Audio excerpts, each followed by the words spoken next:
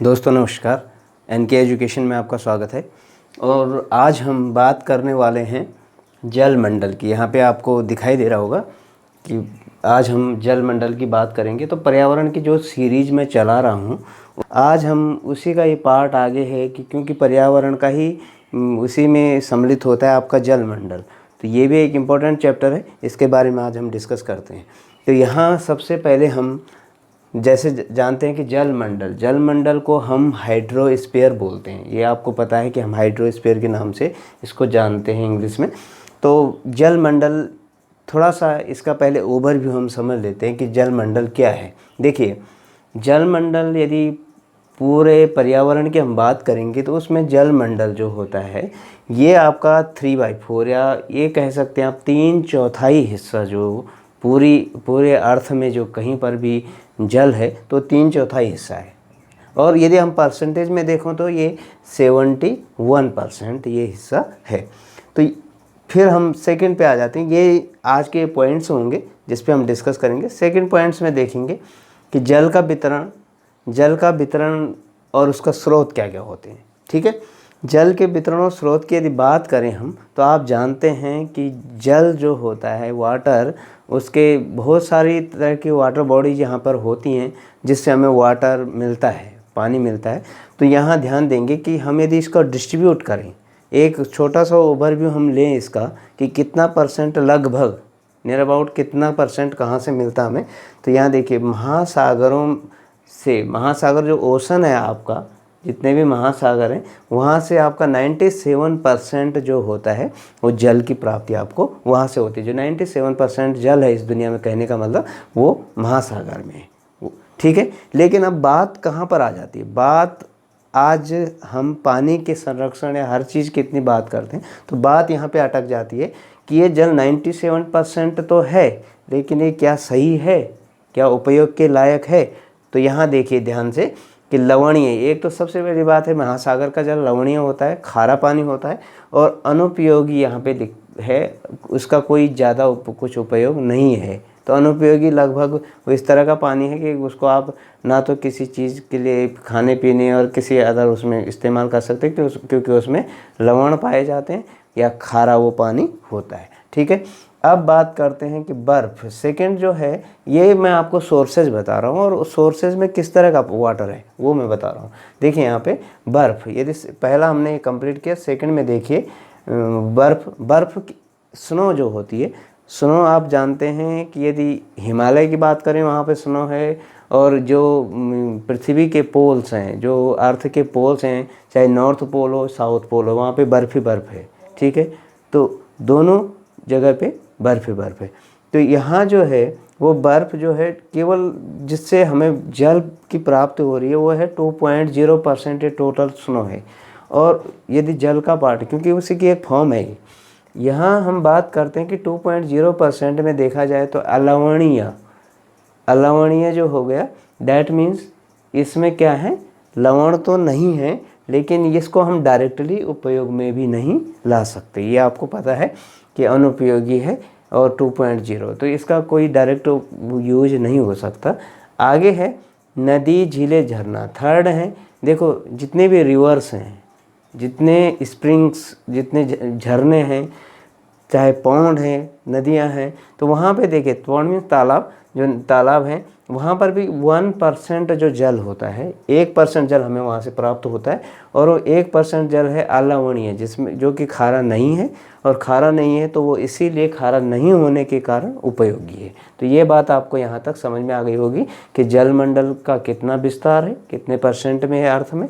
और यहाँ पे जो जलमंडल है उसमें महासागरों, बर्फ़ और नदी की झीलें या झरनों, वहाँ से हमें कितना कितना परसेंट प्राप्त हो रहा है। ठीक है, अब हम इधर चलते हैं और देखते हैं यहाँ पे कि एक छोटा सा मैंने नोट लिखा है कि 1% उपयोगी है, लेकिन क्या है, इसका 0.06% ही हम यूज कर पाते हैं। इस बात को आप ध्यान रखेंगे कि 1% जो जल हमारी उपयोग के लायक है उसका भी हम केवल कितना परसेंट, यहाँ पे केवल 0.006 ये परसेंट इतना है जिसका हम उपयोग कर पा रहे हैं या कर पाते हैं।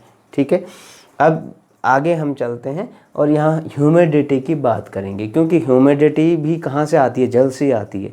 तो ह्यूमिडिटी वैसे आप जानते हैं आर्द्रता, आर्द्रता क्या होती है, आर्द्रता होती है कि जो वायु में या वातावरण में जो किसके जो वाटर क्वांटिटी होती है वो, ठीक है, जो वायु में क्या होती है, नमी होती है, वाटर क्वांटिटी आप कह सकते हैं, तो वही हमारी ह्यूमिडिटी होती है।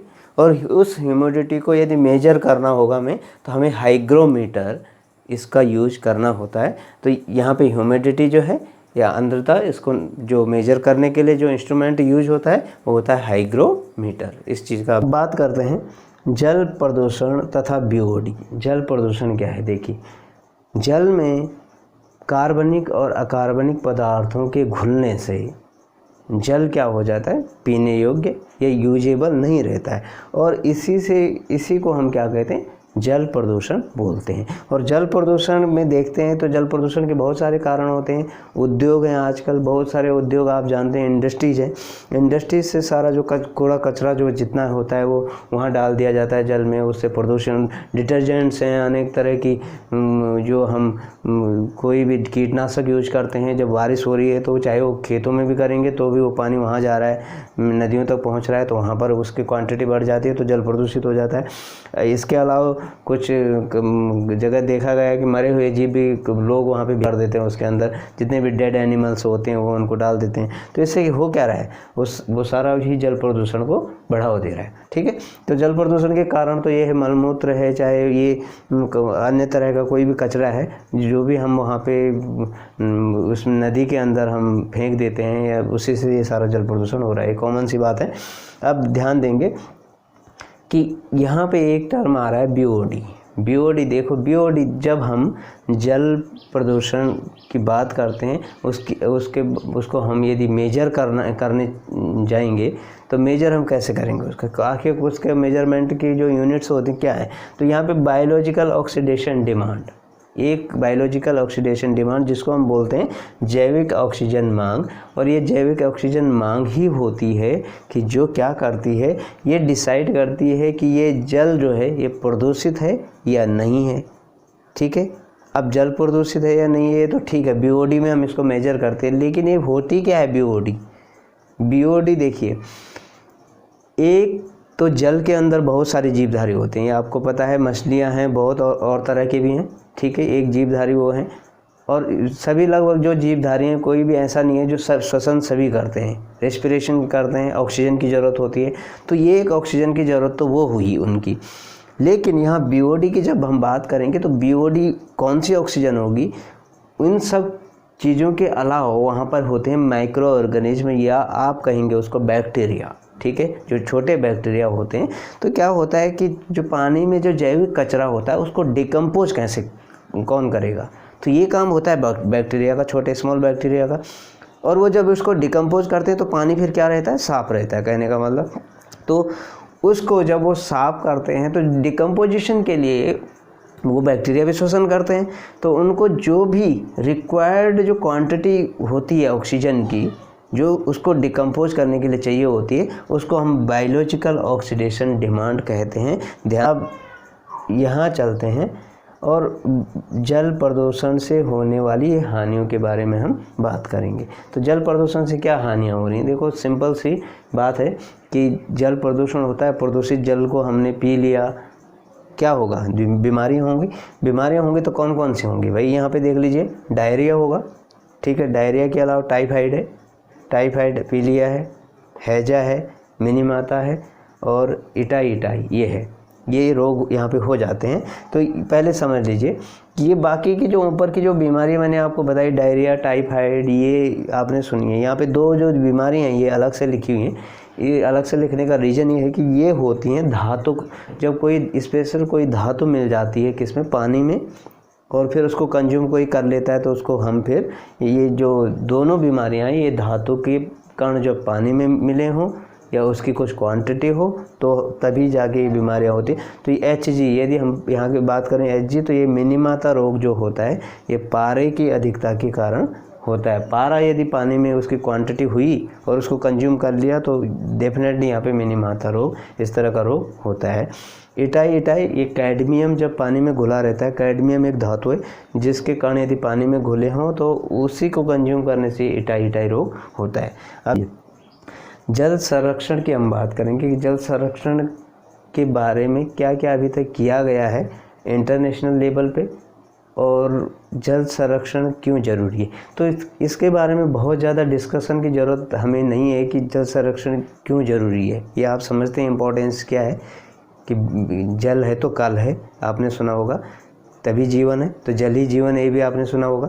तो ये सीधी सीधी बात हो जाती है अब जल संरक्षण की। यहाँ तो जल संरक्षण में सबसे पहली बात आती है कि आपको मैंने बताया कि 1% केवल क्या है, जल है जो उपयोग के लायक है, ड्रिंकेबल है, बाकी नहीं है। ठीक है, अब इसका भी हम 0.006% ही यूज करते हैं आज की डेट में, बाकी नहीं करते इस 1% का भी। तो अब आप समझ जाते हैं कि इसका संरक्षण करना कितना ज़रूरी है। ठीक है, तो अब इंटरनेशनल लेवल पे हम चलते हैं कि वहाँ क्या किया गया है इसके लिए। तो 22 मार्च आपको पता है विश्व जल दिवस मनाया जाता है, वर्ल्ड वाटर डे मनाया जाता है 22 मार्च को। और 22 मार्च को मनाने का जो ये डिसीजन था, ये कहाँ से हुआ, इसकी कहानी कहाँ से शुरू होती है, इसको समझिए कि क्या हुआ था। 1992 में ब्राज़ील की जो कैपिटल है रियो डी जेनेरियो, उसमें क्या हुआ था, एक सम्मेलन हुआ था, उसका नाम था पृथ्वी सम्मेलन, राइट। और उस पृथ्वी सम्मेलन में एजेंडा 21 जो प्रोटोकॉल्स वहाँ पे डिसाइड की गई थी 21, तो एजेंडा 21 उसको नाम दिया गया पृथ्वी सम्मेलन में। और उसमें वो जलवायु परिवर्तन के लिए था, तो वहीं पर ही ये वाटर की बात उठी थी और उसी 21 एजेंडा में सम्मिलित किया गया था जल संरक्षण वाला मुद्दा। तो 1992 में इसको क्या किया गया, इसको सबसे पहले वहाँ पे विचार इसका लाया गया, ठीक है, पृथ्वी सम्मेलन में। उसके बाद 1993 में ये सबसे पहली बार मनाया गया। सबसे पहला जो वर्ल्ड वाटर कंजर्वेशन डे जो होता है, ये मनाया गया, जल संरक्षण दिवस। तो ये कहानी समझ लीजिए कि पहला जो मनाया गया है 22 मार्च 1993, और 92 में पृथ्वी सम्मेलन आपको याद होना चाहिए, वहाँ पर इसके बारे में एजेंडा 21 में डिसाइड किया गया था। तो अब क्वेश्चन ये भी बन जाता है कि एजेंडा 21 किससे रिलेटेड है, तो पृथ्वी सम्मेलन से रिलेटेड है, और इन्हीं में एक सम्मिलित था ये जल संरक्षण का मुद्दा। अब हम जल संरक्षण को और किस तरीके से कर सकते हैं। देखिए, कॉमनली हम देखते हैं कि हम नालियाँ इस तरीके की बना देते हैं कच्ची की, जिसमें पानी एब्जॉर्ब हो जाता है, ठीक है। या हम घरों में भी देखते हैं, हम छतों से इस तरीके वाटर कंजर्वेशन के लिए बना लेते हैं सिस्टम। और या फिर आपने जंगलों में या कच्ची सड़कों में किनारों पे नालियाँ बनी होंगी, कच्ची नालियाँ देखी होंगी, जिसमें वाटर जाता है और वो क्या करता है, एब्जॉर्ब हो जाता है आधे से ज़्यादा, और उससे क्या होता है, ग्राउंड वाटर का लेवल जो है वो बढ़ता है, ठीक है। तो ये भी था। दूसरा, पर्यावरण के लिए 3R का यदि हम यूज करेंगे तो 3R का यूज भी बहुत महत्वपूर्ण है। ये कि किसी भी चीज़ में, ये केवल जल की ही उसमें नहीं आता, बल्कि इसको कॉमनली पूछा जाता है कि पर्यावरण को बचाने के लिए 3R ये क्या है, क्या फॉर्मूला है। तो रिड्यूस, रीयूज एंड ये है रिसाइकिल करना, ठीक है। एक तो चीज़ों का कम उपयोग करना, ठीक है, कम से कम हम जल करेंगे, क्योंकि एक क्वांटिटी इसकी निश्चित है, कोई ऐसा तो नहीं है कि बहुत ज़्यादा जल है जो यूजेबल है, तो एक तो हम उसका कम उपयोग करें। दूसरा ये है रीयूज, हम जो वाटर यूज कर रहे हैं यदि दूसरी चीज़ में यूज हो रहा है तो उसी से दूसरी चीज़ भी कर लें, तो रीयूज कर सकते हैं। और दूसरा है रिसाइकिलिंग का प्रोसेस, तो आपको पता ही है कि देखो, एक जल चक्र जो चल रहा है उसमें क्या हो रहा है, वो रिसाइकिलिंग का ही एक टाइप का वो चक्र चल रहा है, और इसी से ये साइकिल चल रहा लगातार। लेकिन ये पृथ्वी की बात है, तो यहाँ पे हम जल का जो उपयोग है उसको हम इस तरीके से करें कि हम इसको एक तो रिड्यूस भी कर सके, कम से कम इसका यूज करने की सोचें हम कि जितना कम खर्च करेंगे, बचा के रखेंगे तो ठीक है। दूसरा, रीयूज, उसको यदि हमने यूज कर लिया, दोबारा यूज करने लायक है तो उसको करें उसमें। और उसके बाद रिसाइकिल करें कि उसका यदि किसी फॉर्म को चेंज करके कुछ और चीज़ हो सकती है तो उसको करें हम। तो ये सब चीज़ें पर्यावरण के लिए कॉमन फार्मूला 3R का। अब यहाँ हम चलते हैं कि कुछ भारत में एक कुछ संस्थाएं ऐसी जो पॉपुलर सी हुई कि इसके लिए जो जल संरक्षण था, तो उसमें तरुण भारत संघ एक आता है, तरुण भारत संघ। इसमें इसमें जो राजेंद्र सिंह थे, राजेंद्र सिंह कहाँ के थे? राजस्थान के थे, और इनको भारत का जल पुरुष भी बोला जाता है। रेमन मैग्सेसे अवार्ड से सम्मानित है। तो ये जो राजस्थान से है, और तरुण भारत संघ जो इनका है, जो जल संरक्षण के लिए बहुत काम कर चुका है और अभी भी कर रहा है। आगे है भीम संघ। भीम संघ जो है होलगुंडी कर्नाटक में, और इसकी सबसे बड़ी विशेषता है कि बच्चों का है, ये बच्चों ने बना रखा है, और सारे बच्चे हैं इसमें जो कर्नाटक में, और ये जल संरक्षण के लिए काम कर रहे हैं। ठीक है, तो इतना चीज़ों का आप ध्यान रखेंगे। एक बार मैं आपका जो ध्यान है थोड़ा जल चक्र, जो इस प्रकृति में जल चक्र जो एक कहानी हमने पढ़ी पूरी, इस कहानी को चलाने के लिए जो चक्र चल रहा है उस चक्र की मैं बात करूँगा यहाँ पे। कि तो देखिए, एक डायग्राम से मैं आपको समझाने की कोशिश करता हूँ कि यहाँ ध्यान दीजिए कि ये पॉन्ड है, यहाँ पे ये पॉन्ड है या तालाब है, हम इसको बोलेंगे तालाब है। इस तालाब में वाटर क्वांटिटी आपको दिखाई दे रही है, वाटर है। अब हो क्या रहा है कि यहाँ इधर से ये सनलाइट यहाँ पे पड़ रही है, तो यहाँ से क्या हो रहा है आपको पता है कि जब सनलाइट पड़ेगी तो जो पॉन्ड जो है वहाँ से पानी का वाष्पीकरण होगा, इवेपोरेशन होगा, और इस पानी को कुछ तो जीव जंतु भी कंज्यूम करते हैं, और बाकी कुछ जलवाष्प की फॉर्म में, और कहाँ तक पहुँचती है ये ऊपर आसमान में, और यहाँ पे बादल इसके बन जाते हैं। ठीक उसी टाइप से कुछ क्वांटिटी ऐसे होती है कि जिसको यहाँ से जो प्लांट्स होते हैं, प्लांट्स क्या करते हैं, रूट से ऑब्जर्व करते हैं। और आपको पता है प्लांट यदि रूट से ऑब्जर्व कर रहे हैं तो किस लिए कर रहे हैं भाई? फोटोसिंथेसिस में तो अहम रोल होता है इसका, चाहे वो सनलाइट हो, चाहे क्लोरोफिल हो, चाहे CO2 हो, इन सब का। तो यहाँ से एब्जॉर्ब किया, और एब्जॉर्ब करने के बाद क्या होता है कि पौधा भी अपनी जो पत्तियाँ होती हैं उसके सतह से वाटर लॉस करता है। वाटर लॉस कब करता है? जब वो ज़्यादा एक्सेस वाटर हो जाता है, उसके अंदर ज़्यादा हो जाता है, तो वो पत्तियों की सतहों से पानी का वाष्प के रूप में फॉर्म में उड़ना शुरू हो जाता है। तो उस प्रोसेस को हम बोलते हैं वाष्पोत्सर्जन, और वाष्पोत्सर्जन को ट्रांसपिरेशन बोलते हैं। ट्रांसपिरेशन के थ्रू यहाँ से पत्तियों की सतह से जो जलवाष्प उड़ती है, और जलवाष्प से फिर यहाँ पे क्या बन जाते हैं? बादल बन जाते हैं। ठीक है, अब बादल यहाँ पे बन गए तो फिर क्या होता है, इधर बादलों को ठंडी हवाएं मिलती हैं। ठंडी हवाएं मिलती हैं तो दैट मीन्स आप जो आज बोलते हैं कि आज बर्फ़ गिर रही है, कल ओले गिर रहे हैं, फिर दूसरे दिन वो कहते हैं बारिश गिर रही है, तो क्या कारण है उसका? देखिए, जब ये बादल हैं और ये इस हाइट पे होते हैं कि उनको यदि थोड़ा हल्की सी ठंडी हवाएं मिलेंगी, टेम्परेचर पे डिपेंड होता है सारा, तो वो पानी की बूंदें भी बन जाती हैं।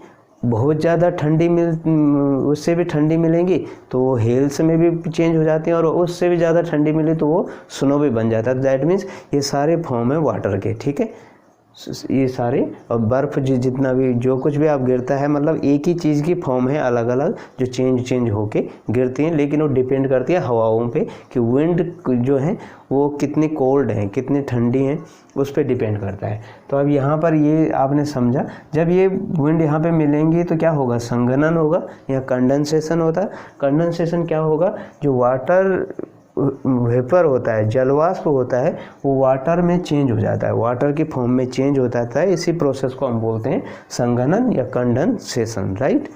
तो condensation is the process of changing water vapour in the water molecule. ठीक है, तो वाटर में चेंज हो जाना। ठीक है, तो water droplet, sorry not water molecule, water droplet. ठीक है, तो वाटर की जो पानी की जो बूंदें बन जाती हैं, वर्षा की बूंदें, उसमें चेंज हो जाना, उसको हम कंडेंसेशन बोलते हैं। फिर क्या होता है, यहाँ कंडेंसेशन हुआ, बारिश हुई, फिर ये पानी नीचे गिरा। तो सेम प्रोसेस यहाँ से चल रही। देखो, इधर से मैंने बताया आपको, प्लांट के थ्रू बताया कि कैसे यहाँ से वाष्पीकरण हो रहा है, कैसे इधर से वाष्पीकरण हो रहा है, तो दोनों साइड से हो वही रहा है। ठीक है, तो इस तरीके से जल चक्र जो है वो चल रहा है। तो आज हमने जो पढ़ा वो हमारा मेन ऑब्जेक्टिव था कि जल चक्र को समझना, और जो जल का वितरण है, ठीक है, डिस्ट्रीब्यूशन ऑफ वाटर यदि देखा जाए कॉमनली, तो कितना % हमें कहाँ से मिलता है, ये सब चीज़ें हमने यहाँ पे पढ़ी। उसके अलावा हमने जो वाटर डे है, ठीक है, विश्व जल दिवस की हमने बात की कि कब मनाया जाता है। तो आई थिंक इससे काफ़ी सारे पॉइंट्स क्लियर हो जाते हैं। आप इसके क्वेश्चन से भी बहुत कुछ इससे बन सकते हैं। जैसे यहाँ पे कई रोग हैं और इटाई मिनीमाता, ये तो बहुत ज़्यादा पूछा गया है, ये क्वेश्चन तो बहुत जगह मैंने देखा हुआ है खुद ही। तो ये सारी चीज़ें आपको समझ में आ गई होंगी। और लास्ट में आपसे एक गुजारिश है कि यदि आपको ये सब चीज़ें अच्छी लगती हैं मेरी, please like share and subscribe my channel. Thanks for watching.